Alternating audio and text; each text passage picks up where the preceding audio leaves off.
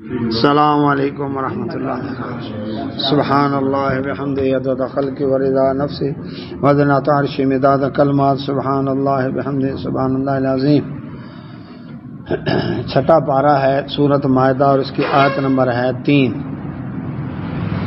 دعا پڑھ لیتے ہیں۔ اعوذ باللہ من الشیطان الرجیم۔ رب اشرح لی صدری ویسر لی امری واحلل عقدۃ من لسانی یفقہوا قولی رب زدنی علما رب یسر ولا تعسر وتمم بالخیر وبک نستعین۔ اللهم صل على محمد وعلى آل محمد كما صليت على إبراهيم وعلى آل إبراهيم إنك حميد مجيد۔ اللهم بارك على محمد وعلى آل محمد كما باركت على إبراهيم وعلى آل إبراهيم إنك حميد مجيد۔ أعوذ بالله من الشيطان الرجيم۔ حرمت عليكم الميتة والدم ولحم الخنزير وما أهل لغير الله به والمنخنقة والموقوذة والمتردية والنطيحة وما أكل السبع بابر پیش ہے سبع إلا ما زكيتم وما ذبح على النصب وأن تستقسموا بالأزلام ذالکم فسق اليوم يئس الذین کفروا من دینکم فلا تخشوهم واخشونی اليوم اکملت لکم دینکم واتممت علیکم نعمتی ورضیت لکم الاسلام دینا فمن اضطر فی مخمصۃ غیر متجانف لإثم فإن اللہ غفور رحیم۔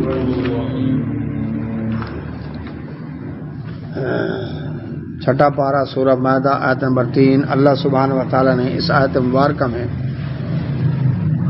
فرمایا کہ حرمت علیکم المیتہ، تم پر ہم نے حرام کر دیا مردار، والدم اور خون بہتا ہوا، ولحم الخنزیر خنزیر کا گوشت، وما اہل لغیر اللہ بہ اور جو اللہ کے سوا دوسرے کے نام کی نظر نیاز دی جائے، فرمایا وہ بھی خنزیر کی طرح حرام ہے۔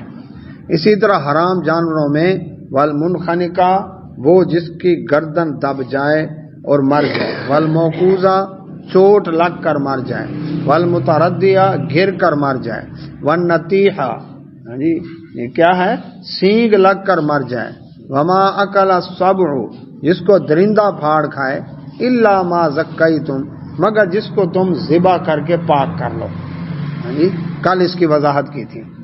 وما ذبح علیہ وسلم اور جو ذبح کیا جائے علی النصب آستانوں کے اوپر، جو ذبح کیا جائے اس کو بھی حرام قرار دیا۔ وَأَن تَسْتَقْسِمُوا بِالْأَزْلَامِ اور جو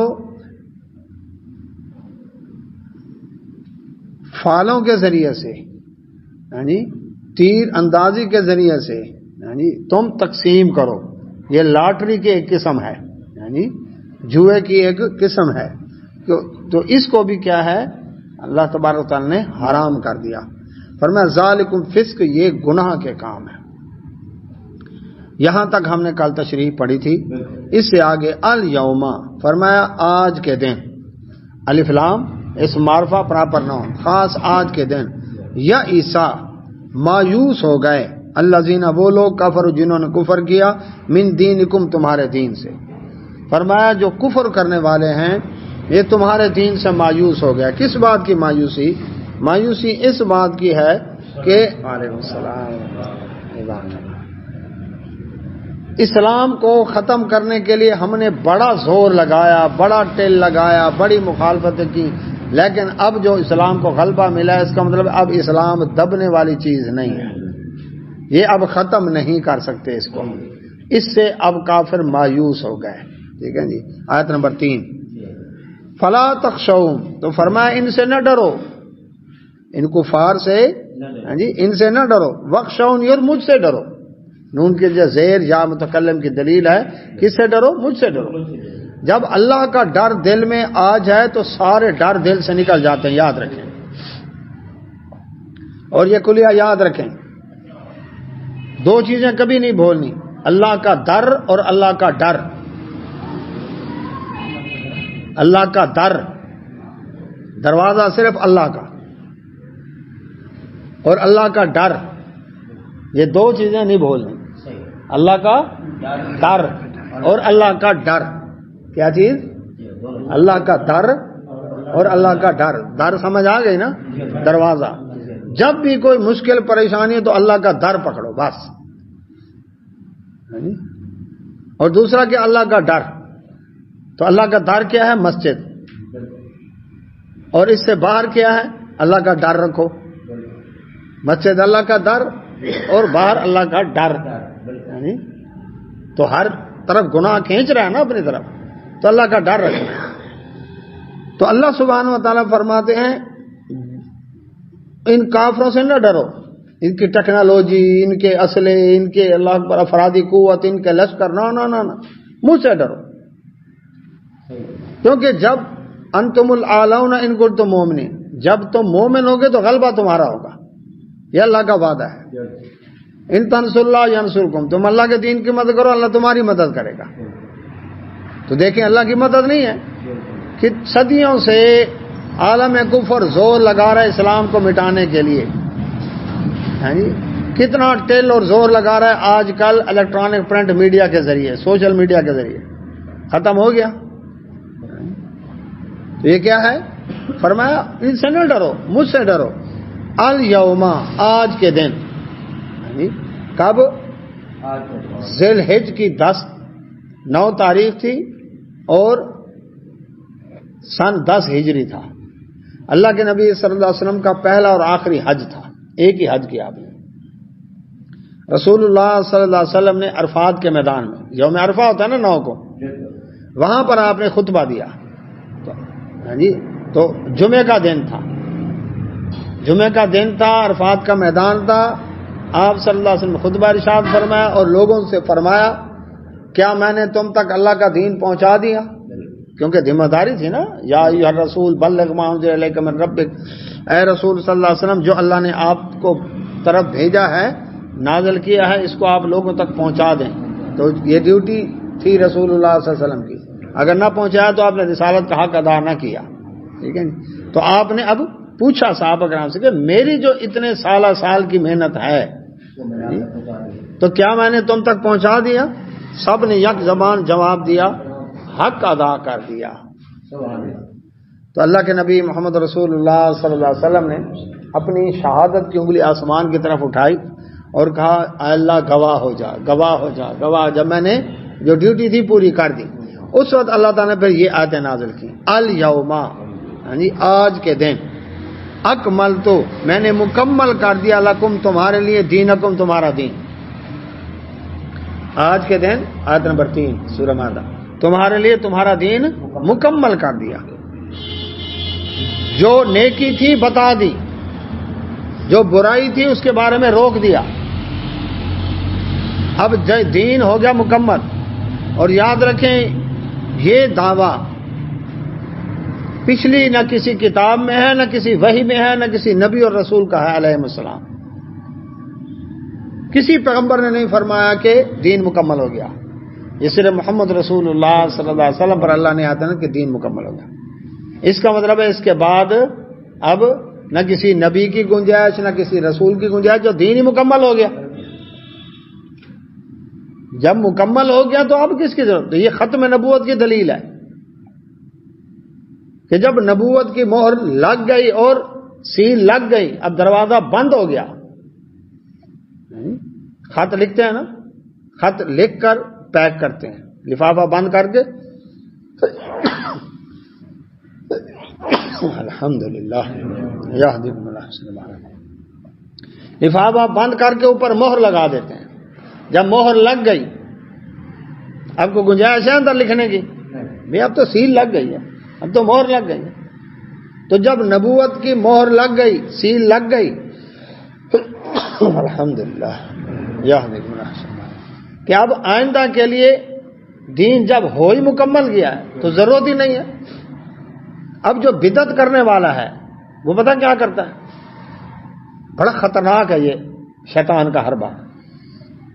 بدعت کرنے والا کہتا ہے کہ بدعت کر کے کہ یہ بات دین کے اندر نکالو، اس کا مطلب ہے نعوذ باللہ اللہ تعالیٰ سے غلطی ہوئی کہ اللہ تعالیٰ کو تو پتہ نہ چلا، رسول اللہ صلی اللہ علیہ وسلم کو تو پتہ نہ چلا، دین مکمل کر دیا، اس دین کے اندر یہ نیکی تو بیان کرنا رہ گئی تھی، ایسے کہ نہیں؟ اس کا مطلب اس کو پتہ چلا ہے، اللہ اس کے رسول کو پتہ نہیں چلا صلی اللہ علیہ وسلم، نعوذ باللہ من ذالک۔ تو اللہ تعالیٰ نے پہلے دین مکمل کر دیا۔ اگر اس بدعت کی گنجائش ہوتی، اسی طرح سے اللہ اس کے رسول صلی اللہ علیہ وسلم کو تو پتہ نہ چلا اور اس نے کہا کہ نہیں اب تقلید فرض ہے، اس کے بغیر اب نجات نہیں ہے، بھی قرآن میں اللہ نے حکم دیا، رسول اللہ صلی اللہ علیہ وسلم نے حکم دیا، محدثین نے تقلید کے فضائل میں کوئی باب باندھا، رفع دین کی فضیلت میں باب باندھا، ہاں جی، آمین کی فضیلت کے لیے، سورہ فاتحہ امام کو پڑھنے کی فضیلت کے لیے باب باندھے ہیں نا محدثین نے، ہاں جی، تقلید کی فضیلت میں کوئی باب باندھا؟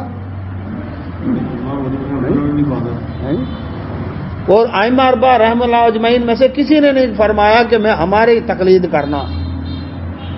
اب اس وقت دھوکہ دیتے ہیں، تقلید کا معنی لیتے ہیں اتباع۔ کیا معنی لیتے ہیں؟ اتباع والی جتنی آتے ہیں نا وہ تقلید پر فٹ کر دیتے ہیں، حالانکہ اتباع جو ہے اللہ تبارک نے فرمایا ان کنتم تحبون اللہ فاتبعونی یحببکم اللہ، کہ نبی صلی اللہ علیہ وسلم فرما دیں، اس سے پہلے قول ہے کہ اگر تم اللہ سے محبت کرتے ہو تو پھر میری اتباع کرو۔ اگر اتباع کا معنی تقلید ہے تو پھر اس کا مطلب ہے پھر میری تقلید کرو، تو پھر تقلید نبی صلی اللہ علیہ وسلم کی کرنی چاہیے تھی نا، پھر کہتے ہیں ہم نبی صلی اللہ علیہ وسلم کے مقلد ہیں۔ اگر اتباع کا معنی تقلید ہے تو اس کا مطلب پھر نبی صلی اللہ علیہ وسلم کی تقلید کرنی چاہیے تھی نا، پھر کہتے ہیں ہم نبی صلی اللہ علیہ وسلم کے مقلد ہیں۔ تو اس کا مطلب ہے یہ سمجھتے ہیں کہ دین کے اندر یہ ایک نعمت رہ گئی تھی جس کا نعوذ باللہ اللہ اس کے رسول کو پتہ نہیں چلا اور ہمیں پتہ چلا ہے، اس لیے ہم اس کو شروع کر رہے ہیں۔ صحابہ کس کے مقلد تھے؟ وہ اتباع کرتے تھے۔ تقلید کا لفظ کل میں نے بیان کیا، اللہ اس کے رسول صلی اللہ علیہ وسلم نے انسانوں کے لیے بیان ہی نہیں کیا، یہ تو ہے جانوروں کے لیے۔ ہدیہ والقلائد پڑھا نا ہم نے۔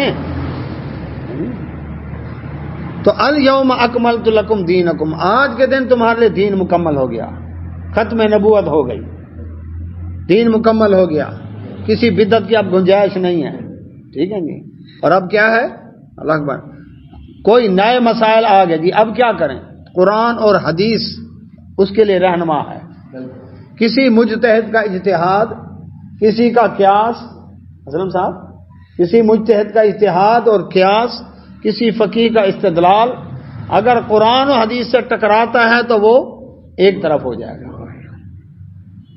اور ائمہ اربعہ رحمۃ اللہ اجمعین نے یہی بات کہی کہ اگر ہماری بات قرآن و حدیث سے ٹکرائے تو اس کو دیوار پر دے مارو، کیونکہ اصل وہ ہے جو کلمہ پڑھا ہے اللہ اس کے رسول صلی اللہ علیہ وسلم کا۔ تو تمہارے لیے دین مکمل ہو گیا۔ وَأَتْمَمْتُ عَلَيْكُمْ، اور پوری کر دی تم پر نعمتی، اپنی نعمت، اللہ نے وہ نعمت پوری کر دی، جتنی نعمتیں تھیں نا اللہ نے پوری کر دی۔ یہ دین اسلام والی مکمل ہونے والی نعمت کسی اور امت کو ملی ہے؟ یہ صرف نعمت ملی ہے تو محمد رسول اللہ صلی اللہ علیہ وسلم اور آپ کی امت کو ملی ہے، یہ اب تم مکمل کر دی نعمت۔ اب وہی کا دروازہ بند ہو گیا، وہی نعمت تھی اب وہ پوری ہو گئی، اب بند ضرورت ہی نہیں ہے۔ اور اس کے بعد کیا ہے؟ وَرَضِيتُ، اور میں نے پسند کر لیا، راضی ہو گیا، لکم تمہارے لیے، الاسلام، اسلام کو، دینا، دین، میں نے تمہارے لیے دین اسلام پسند کر لیا۔ اسلام نہ کسی شخص کا نام ہے نہ ہی کسی جگہ کا نام ہے، اسلام ایک عمل کا نام ہے۔ وہ کیا ہے؟ سر تسلیم خم کر دینا، سرنڈر ہو جانا، جھک جانا، فرما بردار ہو جانا، کس کا؟ اللہ، اس کے رسول صلی اللہ علیہ وسلم کے حکم کا۔ مجھے بتائیں، فوج کے اندر جو بھرتی ہوتا ہے ظفر صاحب، اس کو سب سے پہلے پریڈ سکھاتے ہیں، ایسا نہیں؟ پریڈ کرواتے ہیں، اٹینشن، جلدی چلو، دائیں مڑو، بائیں مڑو، رک، پیچھے مڑ، سلام فنگ۔ بھئی کیوں؟ پوری قوم نے کہ آپ کو تنخواہ اس لیے دی ہے، بجٹ اس لیے دیا ہے کہ آپ یہ دائیں بائیں پھرتے رہیں؟ نہیں جی، ڈسپلن کا تقاضا ہے، ہم اس کو ڈسپلن سکھا رہے ہیں، ذہن سازی کر رہے ہیں۔ وہ کیا کہ بھی اٹینشن ہو جا، آرڈر آیا، تو نے آرڈر ماننا ہے، آگے یہ نہیں کہنا میں کیوں اٹینشن ہوں جی، کیا ضرورت پڑی ہے، پہلے مجھے ساری وجہ بتاؤ اس کی۔ نہ، تمہارا کام آرڈر ماننا ہے۔ دائیں پھر، کیوں پھروں جی؟ بھئی تم آرڈر مانو، پھرو۔ بائیں پھر، کیوں پھروں؟ جی الٹا گھوم، کیوں گھوموں جی؟ جلدی چل، کیوں چلوں جی؟ رک، کیوں رکوں جی؟ نہ، تمہارا کام یہ ذہن سازی ہو رہی ہے، تم نے آرڈر کی تعمیل کرنی۔ یہ چیز اگر اللہ اس کے رسول صلی اللہ علیہ وسلم کے لیے ہو جائے، یہ عمل ٹھیک ہے جی، آمنا سمعنا واطعنا، صحابہ کرام رضی اللہ اجمعین نے یہ کر کے دکھایا تو رضا کے سرٹیفکیٹ ملے۔ یہاں پر بھی پریڈ پوری کر کے اللہ اکبر، ہاں جی، اس کا ہاں جی پاس مارچ ہوتا ہے، پاسنگ آؤٹ پریڈ ہوتی ہے، اس میں اس کی فرما برداری چیک کی جاتی ہے، اس کے بعد ہی اس کو اللہ اکبر جوائن کیا جاتا ہے اور یونٹ میں بھیجا جاتا ہے۔ تو یہاں پر بھی اس کی فرما برداری چیک ہوئی صحابہ کرام اجمعین کی، ہاں جی، انہوں نے مارے کھائیں، ہجرت کی، ڈٹے رہے، اللہ اکبر، ہاں جی، کٹ گئے، اللہ اکبر، ہاں جی، کچلے گئے، نکالے گئے، دھکے دیے، بیویاں چھین لی گئی، بچے چھین لیے گئے، انہوں نے کہا ہم دین سے نہیں پھرتے۔ اللہ نے کہا رضی اللہ عنہم ورضوا عنہ، اللہ ان سے راضی ہو، اللہ سے راضی۔ اولئک اصحاب الجنہ، یہ جنت والے، انعام مل گیا۔ میرا اور آپ کا فیصلہ ہوگا قیامت والے دن، ان کے فیصلے اللہ نے دنیا میں کر کے بھیج دیے، دنیا میں ہی۔ ابو بکر فی الجنہ، عمر فی الجنہ، علی عثمان فی الجنہ، علی فی الجنہ، طلحہ زبیر فی الجنہ، سعد و سعید فی الجنہ، جی عبد الرحمن بن عوف فی الجنہ، ابو عبیدہ بن جراح فی الجنہ۔ جس نے جنتی دیکھنا ہو میرے صحابی کو دیکھ لے۔ بدر والے ایملوا ما شئتم، جو تم چاہو کرو، تمہارے جنت میں جانے کے لیے بدر کا عمل ہی کافی ہے۔ فتح مکہ سے پہلے جس نے ایک کھجور اللہ کی راہ میں صدقہ دی، خرچ کی، فتح مکہ کے بعد اگر وہ احد پہاڑ جتنا سونا بھی خرچ کر دے وہ کھجور کے برابر نہیں ہے۔ جنہوں نے نبی صلی اللہ علیہ وسلم کے ہاتھ پر بیعت کی درخت کے نیچے، یعنی فرمایا لقد رضی اللہ عن المؤمنین، اللہ مومنوں سے راضی ہو گیا، اللہ کا یہ سارے مومن ہیں۔ یہ کیا ہے؟ اس وقت ملتا ہے جب فرما برداری چیک ہو جائے۔ بنی اسرائیل فیل ہو گئے، سمینا و عصینا، ان کی جو بے وفائیاں تھیں اللہ نے قرآن میں بیان کی ہیں۔ تو اسلام کا مطلب ہے فرما بردار ہو جانا۔ عربی میں مسلم اس اونٹ کو کہتے ہیں جس کے ناک میں نکیل ڈال کر اس کا مال جدھر مرضی لے جائے۔ اور محمد مارما ڈیوک پکتال نے جو مسلم کا ترجمہ کیا ہے، ہاں جی، قرآن مجید کا ترجمہ کیا تو اس میں مسلم کا ترجمہ کرتا ہے اللہ کے آگے سرنڈر ہو جانے والا، ہتھیار ڈال دینے والا، ہینڈز اپ ہو جانے والا۔ جب ہینڈز اپ ہو جائے اپنی مرضی کر سکتا ہے۔ تو مومن کا بھی یہی کام ہے، مسلم کا بھی یہی کام ہے کہ پھر وہ اپنی مرضی نہیں کرے گا، جو آرڈر ہے ٹھیک ہے۔ ابو داؤد میں حدیث ہے اللہ کے نبی صلی اللہ علیہ وسلم جوتوں کے ساتھ نماز پڑھا رہے تھے، صحابہ کرام نے جوتے پہنے ہوئے. نبی صلی اللہ علیہ وسلم نماز کے دوران جوتے اتار کر سائڈ پہ رکھ دیے, صحابہ کرام نے اتار کر سائڈ پہ رکھ دیے. سلام پھیر کر نبی صلی اللہ علیہ وسلم فرمایا تم نے کیوں جوتے اتارے؟ ہم نے آپ کو دیکھا. باقی ختم, ہم نے تو آپ کو دیکھا. فرمایا میں نے اس لیے اتارے کہ جبرائیل نماز کے دوران میرے پاس آئے اور عرض کیا اللہ کے نبی صلی اللہ علیہ وسلم جوتوں کے نیچے تلوے میں نجاست رہ گئی, آپ کو پتہ نہیں چلا, لہذا آپ اس کو سائڈ پر کر دیں. تو میں نے اس لیے سائڈ پر, ہم نے تو جی آپ کو دیکھا, بات ہی ختم. یہ ہوتی اطاعت, یہ ہوتی اتباع. اس کے بعد آپ نے جوتی سے نماز نہیں پڑھی؟ اس کے بعد آپ نے جوتی پہن کے نماز نہیں, یہ نہیں ہے, وہ تو وجہ ہے نجاست. صحابیات پوچھتے ہیں اللہ کے نبی صلی اللہ علیہ وسلم ہم چادریں پہن کر آتی ہیں مسجد نبوی میں نماز پڑھنے کے لیے, راستے میں ہماری چادریں پیچھے زمین پر گھسٹ رہی ہوتی ہیں, مقصد ہے ہماری ایڑیاں غیر محرم لوگوں کو نظر نہ آئیں, تو پیچھے گھسٹتی ہوئی آتی ہیں. اب وہ گندگی والی جگہ پر سے گزرتی ہیں, یعنی کہ ہم گزرتی ہیں, وہ نیچے کپڑا خراب ہو گیا, کوڑے والی جگہ آ گئی کوئی ایسی. آپ صلی اللہ علیہ وسلم فرمایا بعد میں کوئی صاف مٹی والی جگہ بھی آتی ہے؟ عرض کیا جی ہاں آتی ہے. فرمایا وہ جو صاف مٹی والی جگہ ہے وہ اس کو پاک کر دیتی ہے, بات ہی ختم. تو کوئی آ کر دیکھتا ہے جوتے کی نجاست ہے تو کیا کرے, اس کو مٹی پر رگڑ لے اور صاف کر لے, اس کو جوتوں سماعت پڑھ سکتا ہے. لیکن مسجد میں جب قالین بچھے اور وہ نہیں میں تو جوتوں کے سماعت پڑھتا ہوں, یعنی اب وہ کیا ہے, عقل مندی نہیں ہے, اس کو چاہیے دیکھے. اللہ اکبر. کراچی کے اندر کچھ لوگ ایسے ہیں وہ کیا کرتے ہیں جوتوں کے بغیر چونکہ نماز نہیں ہوتی لہذا وہ کہتے ہیں وہ کیا کرتے ہیں ہر آدمی آ کر وضو والی جگہ پر جوتے دھوتا ہے پھر جوتوں سے نماز پڑھتا ہے. لیکن مشقت بڑھ گئی نا, جوتوں کے بغیر بھی تو پڑھی ہے نا نبی صلی اللہ علیہ وسلم, جوتے اتار کر پڑھی ہے نا. تو دونوں طرح جائز ہے, جس طرح حالات کا. مثلا آپ جنازہ پڑھنے گئے ہیں, کھلا میدان ہے, نیچے گرم زمین ہے, جوتوں کے ساتھ پڑھ سکتے ہیں.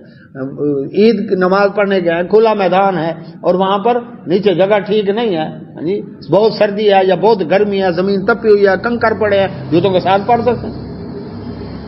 اب یہ کہنا جی جوتے اتار کر جوتے کے اوپر پیر رکھنا, اگر نیچے نجاست لگی ہے تو جوتا اتار کر جوتے کے اوپر پیر رکھ کر پڑھنا بھی غلط,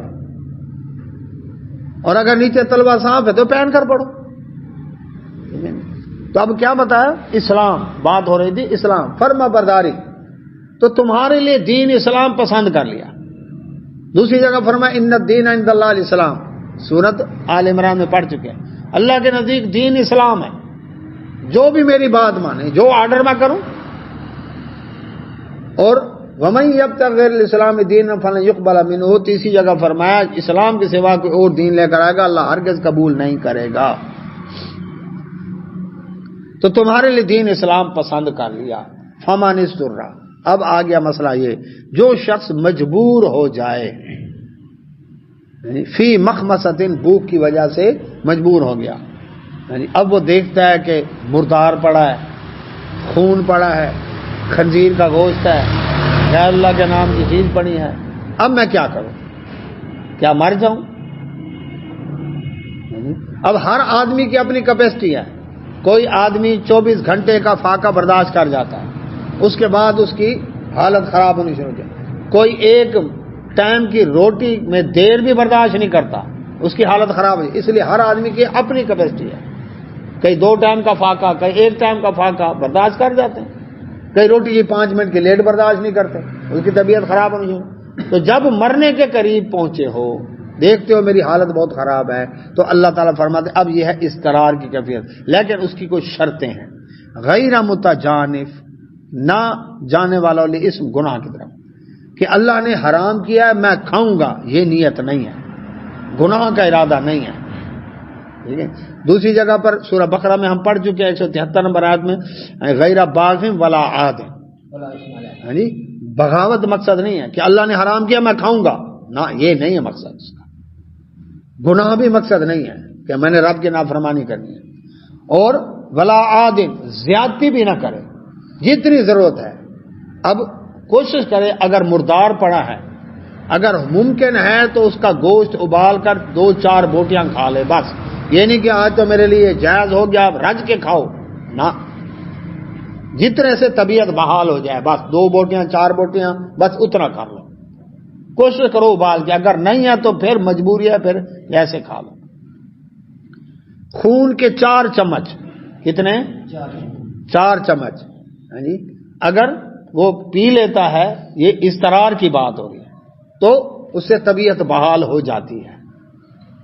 خنزیر کا گوشت کوشش کرے ابال کر پھر 2-4 بوٹیاں اضطرار کی کیفیت میں، ہر وقت نہیں کہ اب چلو میرے لیے جائز ہو گیا تو اب میں اس کے کباب بھون بھون کے کھاؤں. نہ وہ نہیں، زیادتی ولا عادل، زیادتی نہیں کرنی، یہ مجبوری ہے. اسی طرح غیر اللہ کے نام کی نظر و نیاز اس وقت جب مرنے کے قریب ہو، اس وقت اتنا جتنے سے طبیعت بحال، یہ نہیں کہ آپ پوری دیگ ہی کھانی ہے. تو کیا فرمایا؟ فإن اللہ، بے شک اللہ تعالیٰ غفور، بخشنے والا، رحیم، رحم کرنے والا ہے. اگر تھوڑی بہت کمی بیشی ہو جائے تو اللہ معاف کر دے گا، وہ رحم کرنے والا ہے. جان جا رہی ہو تو اپنی جان بچا لو، لیکن کوشش کرو اللہ سے اگر حلال طلب کرو، اللہ حلال بھی دے دے گا. درختوں کی جڑیں کاٹ کے کھا لو، درختوں کے پتے دھو کر چبا کر کھا لو. کوئی گھاس، صحابہ کرام کرتے رہے، وہ کہتے ہیں ہم جنگوں کے دوران اللہ اکبر ایسے درختوں کے پتے، گھاس اور ان چیزوں پر گزارا کرتے. ہم جو پیشاب کرنے جاتے تھے، جو جس طرح مینگنیاں ہوتی ہیں اس طرح ہم کرتے تھے. ظاہر بات ہے اللہ اکبر کھول کے کھایا نہیں تو پیشاب کہاں سے آئے گا، پوٹی کہاں سے آئے گی؟ انہی پر گزارا کیا. تو اس طرح سے کر کے. اچھا یہ بھی اس میں یاد رکھیں، درختوں کے وہ پتے، پتا توڑا آپ نے، اگر اس میں سے نکلتا ہے دودھ، وہ زہریلا ہے، وہ استعمال نہیں کرنا. جو زہریلا ہے وہ استعمال نہیں کرنا. باقی جو ہے دیکھ لے، پتا توڑے، اگر اس میں سے دودھ نہیں نکلتا تو اس کا مطلب ہے وہ زہریلا نہیں ہے، استعمال. تو آگ کا ہے نا جی، آگ کا دودھ نکلتا ہے، یہ زہریلا ہے، اس کو نہیں کھانا ہے. بورڈ، ہاں بورڈ کا پتا، ٹھیک ہے جی، اس میں سے وہ بھی استعمال نہیں کرنا. تو بہرحال دیکھ لے، یہ انسان کی اس کے ثواب دید کے اوپر ہے. تو اللہ سبحانہ وتعالیٰ فرمایا یسألونک، آپ سے سوال کرتے ہیں نبی صلی اللہ علیہ وسلم، ماذا، کیا، احل لہم، ان کے لیے حلال کیا گیا ہے. یہ سوال کن کی طرف سے ہے؟ کفار کی طرف سے نہیں، ایمان والوں کی طرف سے ہے. اللہ کے نبی صلی اللہ علیہ وسلم اور کون کون سی چیزیں حلال ہیں؟ اچھا دنیا پوچھتی ہے حلال چیزوں کے بارے میں. اسلام نے اب وہ ہے نا بھائی یہ چیزیں حلال ہیں اور باقی سب حرام. اسلام نے کہا نہیں، حرام کی لسٹ بتائیے، یہ چیزیں حرام ہے، باقی سب حلال. کتنا فائدہ کر دیا بھائی. یہ دیکھ لینا، دانتوں سے بھنبوڑ کر کھانے والا جانور نہ ہو، درندگی نہ ہو، پنجوں سے چیر پھاڑ کرنے والا نہ ہو، یہ حرام ہے. حرام بتا رہے ہیں. گدھا حرام، حدیث کی روح سے نبی صلی اللہ علیہ وسلم نے فرمایا گدھا. جو لوگ کہتے ہیں جی ہم حدیث کو نہیں مانتے، قرآن کو نہیں، میں کھوتا کھاؤ. جو قرآن میں تو کہیں نہیں لکھا ہوا گدھا حرام ہے، یہ تو حدیث نے بتایا گدھا حرام ہے. اور یاد ہے پچھلی سردیوں میں گلیوں میں کھڑے ہوئے گدھے غائب ہو جاتے تھے. کھوتا نہ گوشت بکتا رہے ہوٹلاں دے، بڑا مہنگا بکتا رہے، کھوتے خور. ہاں تو سارے کتے بھیج دیں وہاں چائنا میں. کئی مدینے کے کتے بھی پھر رہے ہیں، کئی دیوبند بریلی کے کتے بھی پھر رہے ہیں، کئی بغداد کے کتے بھی پھر رہے ہیں یہاں پر، کئی مولا علی کے کتے بھی پھر رہے ہیں. سارے کتے بھیج دو. ہاں سارے بھیج دو چائنا کو. ایسے چینی آگ ہے نا، نہ ایک کرلی بچنی ہے نہ ایک چوہا بچنے ہے، سارے وہاں. کیوں صحیح نہ کتا نظر آ سکتا نہ بلی نظر آمنی ہے. ہاں جی اللہ اکبر. تو اب کیا فرمایا؟ یسألونک، آپ سے پوچھتے ہیں، ماذا احل لہم، ان کے لیے کیا حلال ہے. قل، فرما دیں نبی صلی اللہ علیہ وسلم، احل، حلال کیا گیا، لکم، تمہارے لیے، الطیبات، جتنی پاکیزہ چیزیں ہیں وہ تمہارے لیے حلال ہیں. پاکیزہ چیزیں بس یہ دیکھ لو، سڑی بھوسی نہ ہو، گلی سڑی نہ ہو، بدبو نہ آ رہی ہو، ٹھیک ہے جی، درندہ نہ ہو جی، اور شکاری پرندہ نہ ہو، ٹھیک ہے جی. تو جو طیب چیز ہے جی، حلالن طیبہ، دوسری جگہ اس کی وجہ شریعت نے اس کو حرام قرار نہ دیا ہو، اور دوسرے نمبر کے پاکیزہ ذریعے سے آئی ہو. خنزیر کو حرام قرار دیا نا، اب چاہے تکبیر پڑھ کے ذبح کر کے کھائے حلال ہوگا، لوگ کہتے ہیں جی غیر اللہ کے نظر نیاز جانور جو ہم نے ذبح کیا ہے ہم نے تو تکبیر پڑھی ہے، اور کتے کے اوپر تکبیر پڑھ کے ذبح کرے حلال ہو جائے گا؟ جب غیر اللہ کے نام کی نظر نیاز کا ارادہ کر لیا وہ تو حرام ہو گئی، اب چاہے تکبیریں پڑھتا رہے وہ ہے ہی حرام۔ کتے پر تکبیر پڑھ کے حلال ہوگا؟ خنزیر پر تکبیر پڑھ کے حلال ہوگا؟ نہیں ہوگا۔ اچھا، تو اب اس کے بعد کیا فرمایا اللہ اکبر کہ مرغی حلال ہے لیکن اگر چوری کی ہو طیب نہیں ہے، حلال ذریعے سے نہیں آئی، تو چیز بھی حرام نہ ہو اور حلال ذریعے سے آئے، طیب ذریعے سے آئے، یہ دو چیزیں یاد رکھنی ہیں۔ تو فرمایا وما علمتم، اور جو تم سکھاتے ہو من الجوارح، شکار کے لیے، مکلبین، جن کو تم تعلیم دیتے ہو، تعلمونہن، ان کو تم سکھاتے ہو، مما، جیسے علمکم اللہ، تمہیں اللہ نے سکھایا، فکلوا، ان کو کھاؤ، مما، اس میں سے امسکنا، جو وہ روک کر رکھیں، علیکم، تم پر، واذکروا اسم اللہ، واذکروا، اور یاد کرو، ذکر کرو، اسم اللہ، اللہ کا نام، علیہ، اس کے اوپر۔ یہاں پر اللہ سبحانہ وتعالی نے فرمایا کہ وہ جوارح، جارے سے ہے، جرا کرنا، جرا زخم کو کہتے ہیں، بل جروح قصاص، زخموں کا بھی قصاص ہے، ٹھیک ہے جی۔ تو جرح کرنا، وہ وکیل جرح جو ہے نا وہ دوسرے کو زخم لگا رہا ہوتا ہے، اس کو جارے، جارے کہتے ہیں زخم لگانے والا، تو بل جوارے اس کی جمع ہے۔ کیا مطلب؟ کہ وہ جانور یا پرندہ جو جا کر دوسرے کو زخمی کر دے۔ مکلبین، اللہ اکبر، لفظی معنی ہے کتے کو تعلیم دینے والا، جی کلب کتے کو کہتے ہیں، تو پھر یہ معنی ہر شکاری جانور کے لیے استعمال ہو گیا جس کو سکھایا گیا ہو۔ اب شکار کے احکام کل بات کر رہے تھے ظفر صاحب، یعنی شکار کے بارے میں یہاں پر احکام دیے گئے۔ عدی بن حاتم رضی اللہ عنہ اللہ کے نبی صلی اللہ علیہ وسلم خدمت میں حاضر ہوئی، حاتم تائی کے بیٹے تھے، عیسائی تھے، مسلمان ہوئے۔ انہوں نے عرض کیا اللہ کے نبی صلی اللہ علیہ وسلم ہم شکار کے لیے جاتے ہیں، تو شکار کے لیے کتا جو ہے ہم نے چھوڑا، تو اس کے بارے میں احکام بتائیں۔ نبی صلی اللہ علیہ وسلم فرمایا پہلی بات تو یہ کہ وہ کتا ٹرینڈ ہو۔ تو جو جانور تربیت پاتے ہیں شکار کے لیے وہ کون کون سے؟ ایک کتا، دوسرا چیتا، چیتا بھی ٹرینڈ ہو جاتا ہے، انسان کی بات مان لیتا ہے۔ پرندوں میں باز، شکرا، عقاب، یہ بھی ٹریننگ پا لیتے ہیں، ٹھیک ہے جی، اور کامن۔ اب ان سے جو ہے سکھانا، میں نے ایک شکاری سے پوچھا، جی میں نے کہا جی ٹریننگ کیسے دیتے ہیں وہ جانور ہے؟ انہوں نے کہا جی ہم جو شکاری نسل کے کتے ہوتے ہیں نا ان کا بچہ لے آتے ہیں، چھوٹا بچہ، اس کو پالتے ہیں، اپنے سے مانوس کرتے ہیں، مانوس ہو گیا، وہ آیا، ہم نے اس کو تھوڑی خوراک دے دی، بوٹی دے دی، کوئی چیز دے دی، پھر کیا کرتے ہیں؟ ایک گیند رکھتے ہیں، گیند پھینکی، اس کو اشارہ کیا جا اٹھا کے لیا، وہ اٹھا کے لایا، ہم نے ایک بوٹی دے دی اس کو، وعلیکم السلام، پھر اس کو کہا ادھر پھینکی، اس طرح سے اس کو ٹرین کرتے ہیں، گیند پکڑ کر وہ ہمارے پاس لے آئے گا، پھر اس کو ہم ایک بوٹی دیں گے، اس طرح سے کر کے نا اس کو ہم ٹرینڈ کرتے ہیں۔ ٹرینڈ جب ہو جاتا ہے پھر اس کو شکار کر۔ رسول اللہ صلی اللہ علیہ وسلم فرمایا جس کو تربیت دے دی جائے، نشانی کیا ہے؟ اس کو جب تم نے شکار پر چھوڑا وہ چل پڑا، روکا رک گیا، واپس بلایا آ گیا، کہنا مانتا ہے، ہاں جی، آواز دی، شکرا باز گیا، آواز دی، وہ شکار چھوڑ کر واپس آ گیا، یہ ہے ٹرینڈ۔ اگر نہیں مانتا بات اس کا مطلب ہے وہ ٹرینڈ نہیں ہے۔ اچھا، اب نبی صلی اللہ علیہ وسلم فرمایا بسم اللہ پڑھ کے جو تم نے شکار کا لیے ٹرینڈ شدہ کتا چھوڑا شکار کے اوپر، بسم اللہ پڑھی، چھوڑا، اس کتے نے جا کر اس کو پکڑا، ہرن کو، خرگوش کو، جس چیز کو بھی اس نے جا کر پکڑا، یعنی اب فَكُلُوا مِمَّا أَمْسَكْنَا عَلَيْكُمْ، اس نے تمہارے لیے روک کر رکھا۔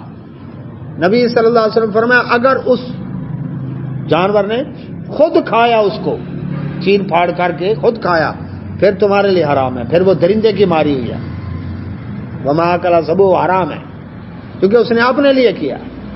بعد شکرا اس نے پنجہ مارا اور خود کھا رہا ہے، وہ اس کا ہے، تمہارا نہیں ہے۔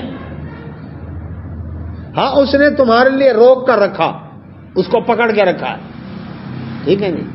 اب تم وہاں پر پہنچے، اس نے پکڑ کر رکھا ہوا ہے، اگر تو وہ ہے زندہ تم زکائی تم نے تکبیر پڑھ کے بسم اللہ پڑھ کے ذبح کر دینا۔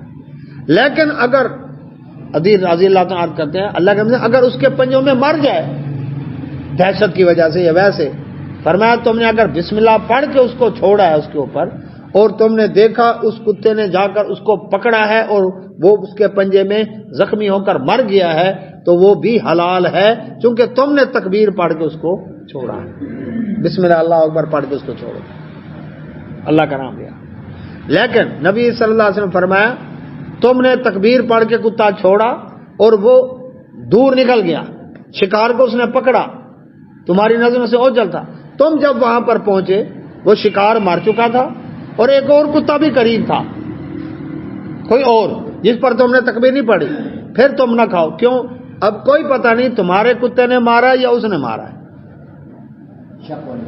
شک ہو گیا نا۔ اب نبی صلی اللہ علیہ وسلم فرمایا تکبیر پڑھ کے کتا چھوڑا تم نے، اور وہ کتا اس نے یا شکار پکڑا یا بعض شکرے نے جا کر شکار کو پکڑا، اب وہ اس سے نکل کر اڑتا یا اس سے نکل کر آگے، ایک دو دن کے بعد تم نے جا کر دیکھا وہ جنگل میں ادھر ادھر، اس نے مارا، وہ اس کے ہاتھ سے نکل گیا، ایک دو دن کے بعد تم نے دیکھا جا کر وہ وہاں پر پڑا ہوا ہے، مر گیا ہے، اب نبی صلی اللہ علیہ وسلم فرمایا اگر اس میں سے بو، گلنا سڑنا، باسی یہ نہیں ہے تو تم اس کو کھا سکتے ہو، لیکن اگر دیکھو کہ کوئی اور کتا ساتھ ہے تو پھر نہیں۔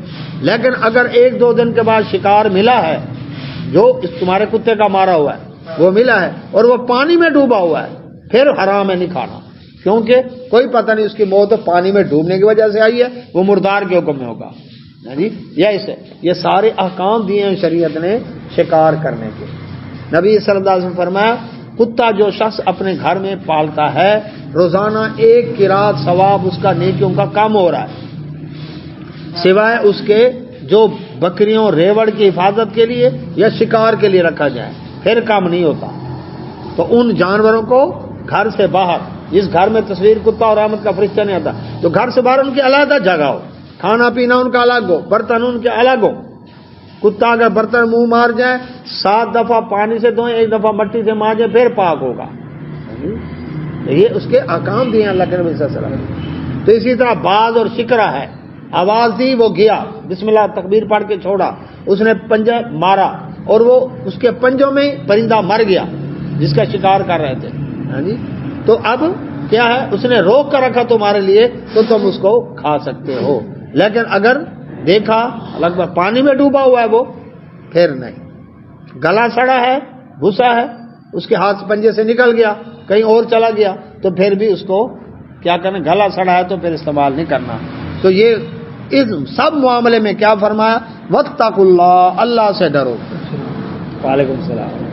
بڑی محنت کی، اتنے دن لگائے ہم نے، اللہ اکبر، اس کے لیے بھاگ دوڑ کرتے کرتے بھاگ دوڑ کرتے کرتے اتنے دن لگائے، شکار قابو آیا، ہرن قابو آ گیا، اب یہ ہے کہ جناب دیکھیں جی اس کے ابھی کباب بنائیں گے، بھونیں گے، آہا مزہ آئے گا، لیکن پتہ چلا وہ تو ایک اور کتا بھی قریب تھا، اچھا یار کون ڈیٹا پہ چل، فرمایا واتقوا اللہ، اللہ سے ڈرو۔ گلا سڑا ہے، چلو کھا لو، کون دیکھ رہا ہے، اللہ سے ڈرو۔ تکبیر نہیں پڑی تھی اور چھوڑا ہے اور اس نے مارا ہے، اللہ سے ڈرو۔